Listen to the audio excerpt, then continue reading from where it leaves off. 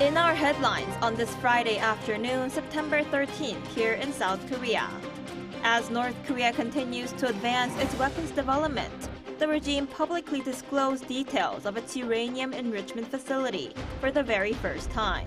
There, the North's leader Kim Jong-un called for further nuclear weapons development. The economy in South Korea is showing signs of improvement.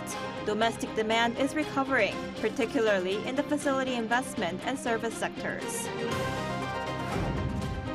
SpaceX succeeded in conducting the world's first all-civilian spacewalk. The mission was completed by a 4-member crew, including a billionaire, an engineer, and 2 astronauts. Thanks for joining us on Arirang News. I'm Peunji. We start with the latest on North Korea, which has for the first time publicly revealed a uranium enrichment facility, a key component of its nuclear weapons program. Seoul immediately lashed out at the North, saying its possession of nuclear weapons is unacceptable. Our Moon Hae-ryun reports.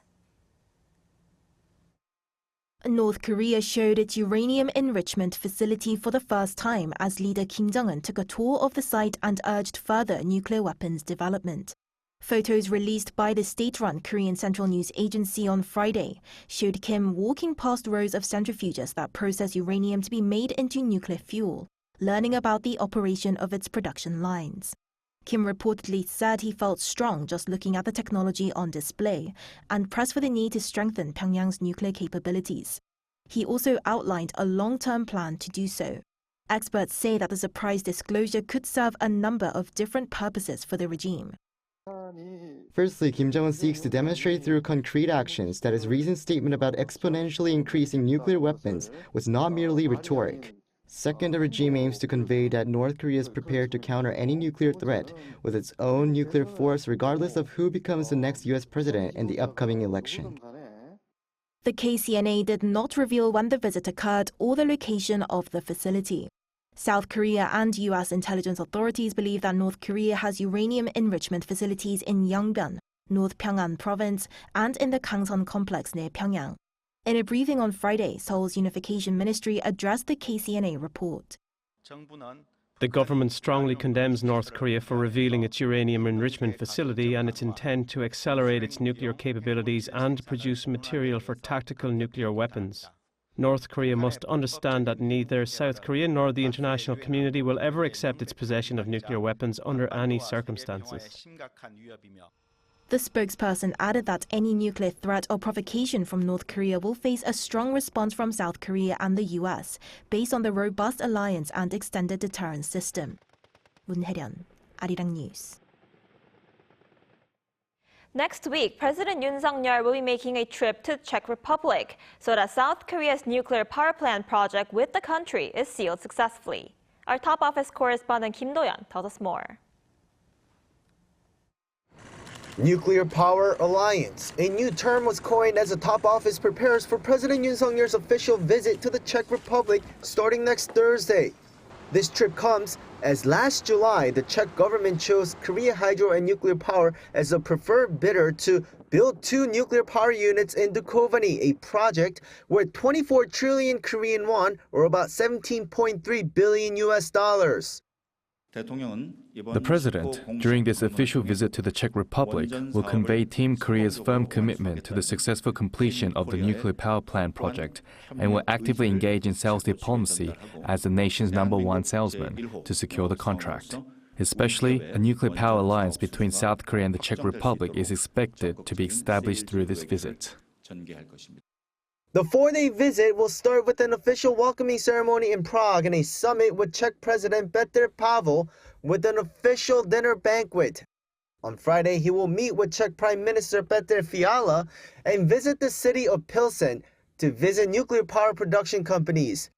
Coming back to Prague with the Prime Minister, Yoon will sign MOUs for various fields, including trade, investment, and advanced technology. He will also meet with the leaders of both chambers of the Czech Parliament. And as he always does, he will meet with overseas nationals in the region for dinner.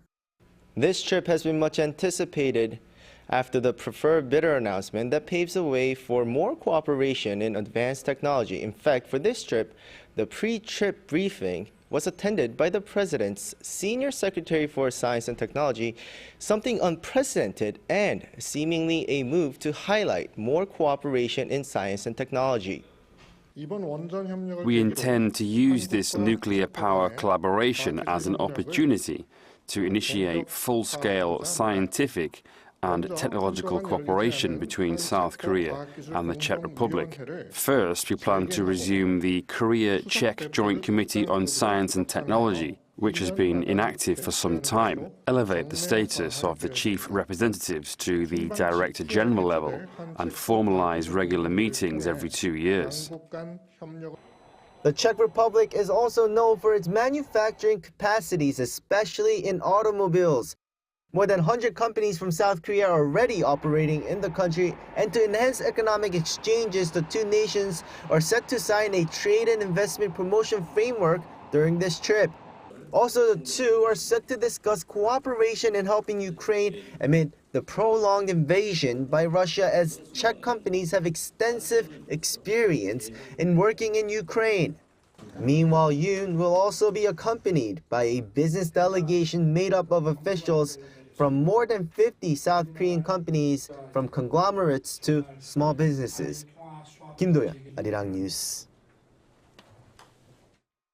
On the economic front, South Korea's finance ministry believes the country's economy continues to show signs of recovery thanks to robust trading and better domestic demand. Our Park Won-woo has the details. The South Korean government, for the 5th straight month in September, says domestic demand is showing signs of recovery. That's according to the latest Economic Green Book, a monthly economic assessment report released by the Finance Ministry on Friday. But it's also the second consecutive month that the government used the expression gradually recovering, which it said reflects the GDP growth rate in the second quarter that dropped on quarter. The Green Book said domestic demand is recovering differently by sector, and that facility investment and the service industry in particular are recovering. Facility investment was up by over 18% on year in July, while production for the service industry saw a rise of over 2%. But retail sales dropped by nearly 2% on month in July, while the index showing performance in the construction sector dropped by 1.7%. The Finance Ministry also pointed out that recent steady export performances contributed to the economy showing signs of recovery. Exports saw a rise of over 11% on year in August due to strong shipments of IT products, including chips. The Economic Trends report also showed consumer prices have been stabilizing with inflation down to 2% year-on-year last month. That was mainly due to a drop in international oil prices and the release of newly harvested fruits. And the government said it would do its best to keep stabilizing consumer prices and supporting small businesses before the Chuseok holiday. The Green Book also showed that the global economy has been recovering recently due to better trading conditions and changes in monetary policies, although the pace could differ by country. It also said geopolitical risks caused by the Russia-Ukraine war and tension in the Middle East are still factors causing instability. Park Won-woo, Arirang News. With Chuseok being right around the corner, shoppers here in the country are looking for ways to save. Our economics correspondent Lee Soo-jin tells us how they can do so. Shoppers in South Korea are scrambling to shop smart ahead of Chuseok, or the Korean Thanksgiving holiday. But the items on their shopping lists are going up in price. Prices of food, especially fruits like apples, have gone up a lot. The average cost to prepare ancestral rite table for Chuseok for a 4-person family rose 1.8% on year to 280,790 won, or around $209. But buying these items at traditional markets was surveyed to cost around $179, 17% cheaper than the $214 it would cost at large supermarkets. And shopping with onuri discount vouchers is a way to save even more at traditional markets. This Chuseok, the discounts have been up to 15%, and some traditional markets even offer vouchers if customers spend a certain amount. This means customers can purchase $100 worth of goods for $85 with the vouchers. One chicken stall vendor says that she's seen an uptick in onuri voucher usage thanks to the Chuseok measures. Around 70% of purchases are made with onnuri vouchers. For us vendors, this is great because they work like cash and attract more customers to shop here. As for what you might find on a Chuseok ancestral rite table, meat like chicken, chestnuts, vegetables such as green onions, and seafood such as pollock were all surveyed to be cheaper at traditional markets than at large supermarkets this year. Consumers can also shop at farmers markets set up by district governments in Seoul to offer cheaper groceries and to support farms nationwide during the Chuseok holiday. I come every year because the food here is fresh. At this farmers market in Gangnam-gu district, popular Chuseok items are sold directly by around 80 farms nationwide for around 10% less than standard market prices. Despite the sweltering heat, these people have gathered since early in the morning, eager to buy fresh and affordable food to share with their families during the holiday. By taking advantage of all these ways and places to save ahead of the Chuseok holiday, shoppers will be able to honor their ancestors without having to break the bank. 이수진, Arirang News. South Korea's tech exports for August reached $20.6 billion, mostly driven by strong sales of chips and smartphones. According to the Trade Ministry on Friday, ICT exports saw an increase of 28.5% compared to a year earlier. That's the 8th consecutive month for the on-year rate of increase to be in double digits. The increase in semiconductor shipments is largely attributed to a growth in the AI market, as well as a recovery in demand due to a stronger IT market. Smartphone exports also surged by 60%, helped by the release of new smartphone models in the same month.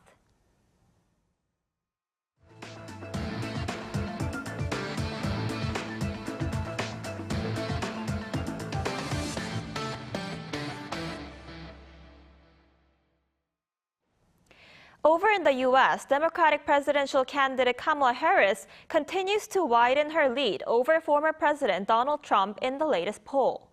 Despite Trump claiming he won the debate, he's still refusing a second one before the November election. Our Lee Seung-jae reports. According to a CNN flash poll that followed Tuesday's televised debate in Philadelphia, 63% of registered voters felt Vice President Kamala Harris performed better than former President Donald Trump. And the Democratic presidential candidate's performance helped boost her support, as another poll showed that she had widened her lead over Trump. In a new Reuters Ipsos survey conducted between Tuesday and Thursday, Harris garnered 47% support compared to Trump's 42%, giving her a 5 percentage point lead over the former president. The latest poll asked 3,095 people, with 1,405 of them registered voters. In a similar survey last month, 45% of people surveyed preferred Harris compared to 41% of the respondents who picked Trump. While the majority in the CNN flash poll showed that Harris performed better than Trump during Tuesday's debate, the former president disagreed and claimed that he won the debate. Trump also said he won't debate Harris again. Taking to his social media platform Truth Social on Thursday, Trump said the first words out of a prizefighter who loses a fight is "I want a rematch." The Harris camp had called for a second debate, as President Joe Biden and Trump had agreed to 2 debates for the elections. Meanwhile, Trump and his running mate J.D. Vance's false claims of Haitian immigrants taking people's pets and eating them have led to increasing fear among the immigrants of being targeted. The City Hall in Springfield, Ohio, the city that was put in the spotlight due to those claims, temporarily closed on Thursday amid bomb threats. The threats also come as an online Haitian media outlet out of Springfield warned its residents of threats being issued at several schools with Haitian children. The city has seen a large inflow of Haitian immigrants in recent years due to its low cost of living and job opportunities. Lee Seung-jae, Arirang News. In other news, Russian President Vladimir Putin has warned the West against lifting restrictions on the use of long-range missiles by Ukraine. Speaking to state-owned TASS news agency on Thursday, Putin said allowing Ukraine to use long-range missiles to attack Russia would be met with an appropriate response, adding it would mean NATO is at war with Russia. According to Putin, NATO countries are not discussing the possibility of Ukraine attacking Russia with long-range weapons provided by the West, but rather on how to directly participate in the conflict alongside Ukraine. The Russian leader also pointed out that the Ukrainian military does not have the satellites needed to use long-range weapons to attack Russia, and could only do so without information from NATO member countries, the EU, and the US. Over in the Middle East, the Israeli military declared on Thursday that Hamas Rafah Brigade had been defeated and more than 13 kilometers of tunnels had been destroyed. Commander of the IDF's 162nd Division, Itzik Cohen, said that his combat engineering forces located 203 separate but interconnected tunnels in the Philadelphia corridor, of which 9 crossed into Egypt. But Cohen added that every single one had been blocked up before the IDF arrived, either by Egyptian authorities or Hamas themselves, leaving no active tunnels. Additionally, reports came out on Thursday of an IDF operation last weekend that targeted an Islamic Revolutionary Guard Corps facility in Syria that developed ballistic missiles and drones and also provided logistical support to Hezbollah. A Syrian TV network reported that there were violent clashes that killed 3 Syrians and 2 to 4 Iranians were captured. Over in Japan, high-level officials from South Korea, China, and Japan in charge of culture met on Thursday to expand culture cooperation, following tourism talks the previous day. Ahead of the trilateral meeting, also addressed was the recent controversy over Japan's Sado mine. Our culture correspondent Song Yoo-jin reports. 2024 marks the 25th anniversary of trilateral cooperation between South Korea, China, and Japan, which began in 1999 with a breakfast meeting on the sidelines of the ASEAN Plus 3 summit. This year, the 3 countries are focused on deepening their cooperation through culture. On Thursday, representatives from the 3 nations gathered in Kyoto for the 15th South Korea-China-Japan Culture Ministers meeting. South Korea was represented by First Vice Minister of Culture, Sports and Tourism, Yoon Ho-sung, after Minister Yoo had to return to Seoul for a parliamentary questioning as the National Assembly had not approved his absence. China's Vice Minister of Culture and Tourism, Zhang Zheng, and Japan's Minister of Education, Culture, Sport, Science and Technology, Moriyama Masahito, were also in attendance. The meeting resulted in 2 key documents. The Kyoto Declaration emphasizes the importance of cultural exchanges and cooperation to promote mutual understanding and to further strengthen trilateral relations. The 3 sides also signed a memorandum of cooperation to designate 2025 and 2026 as years of cultural exchanges. We agreed on the importance of expanding cooperation beyond arts and culture to include sports and programs involving the future generations. In the bilateral meetings that South Korea held with Japan and China ahead of the 3-week talks, eyes were on the follow-up measures for Japan's Sado Island gold mines being listed as a UNESCO World Heritage Site. The site has been a point of contention as Koreans were forced to work there during World War II under Japanese colonial rule. We asked Japan to improve its exhibits at the Aikawa History Museum on the hardships faced by Korean laborers, as the current displays are mostly simple panels. We suggested making them more permanent and detailed. We also requested that senior Japanese officials attend the memorial ceremony for the mine laborers. Simplifying visa issuance and entry processes with China was another key topic. Both sides agreed to initiate working-level talks involving the foreign and justice ministries to streamline these procedures. Until now, we didn't have a regular framework for tourism cooperation with China, so we agreed to set up a regular high-level consultative body. The meeting ended with a joint performance between opera singers of the 3 countries and Japan's multicultural orchestra ensemble Kanazawa Chamber Orchestra. Promising more cultural exchanges in the next 2 years and beyond, the 3 countries wrapped up their culture ministers meeting on Thursday. The trilateral meeting's 16th edition will take place in China next year. Song Yoo-jin, Arirang News, Kyoto.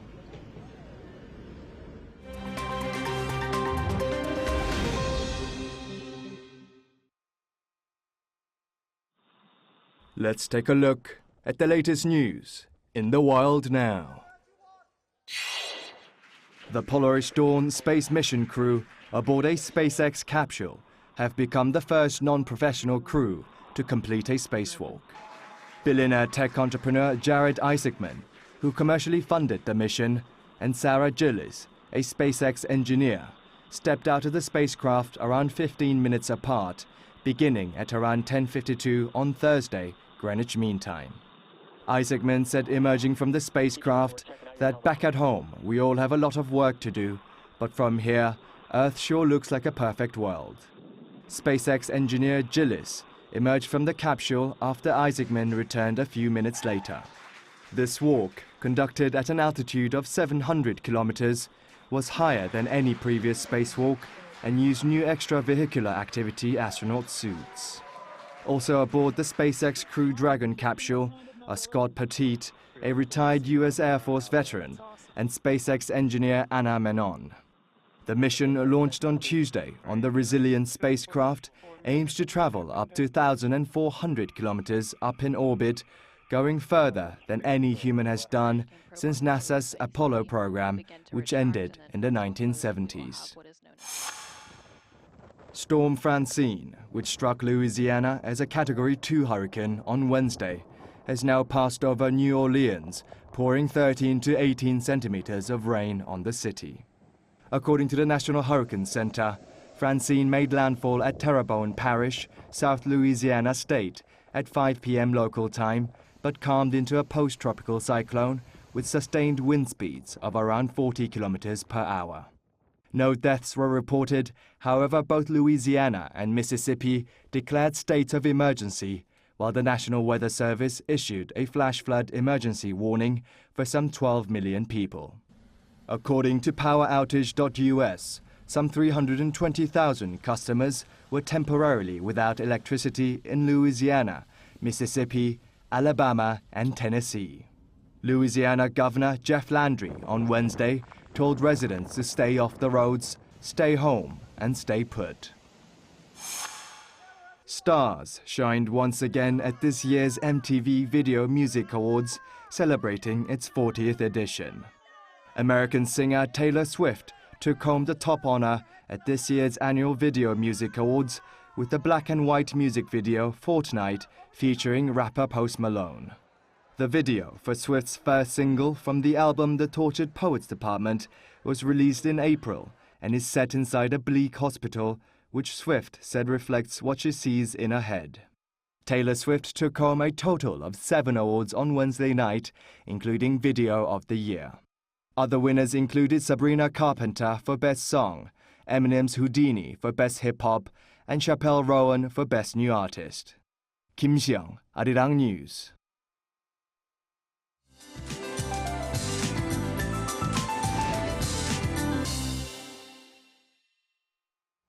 Good afternoon. It's a wet and cloudy eve of the Chuseok holiday weekend for the capital and Gangwon-do province with rain clouds. And the capital and northern parts of Gangwon-do could see 20 to 60 millimeters of showers. But southern provinces will be under sunnier skies, seeing sporadic rain at times. So the heat stays in southern regions with heat alerts being in place. Temperatures could hover around 33 degrees Celsius this afternoon, but on and off rain gives heat relief to the upper regions, staying below 30. Seoul gets up to 27, but keep an umbrella handy. Parts of Jeju had a tropical night and should see a high of 32 degrees Celsius this afternoon. Now, due to the indirect effect of Typhoon Bobinka that's heading towards the south coast of Shanghai from Okinawa, more heat will be pushed towards the Korean peninsula. So expect to have summer-like heat with showers during the Chuseok holiday. But on the day of Chuseok, we will be able to see the full moon, but not as clearly as we'd like. That's Korea for you, and here's a look at the international weather conditions.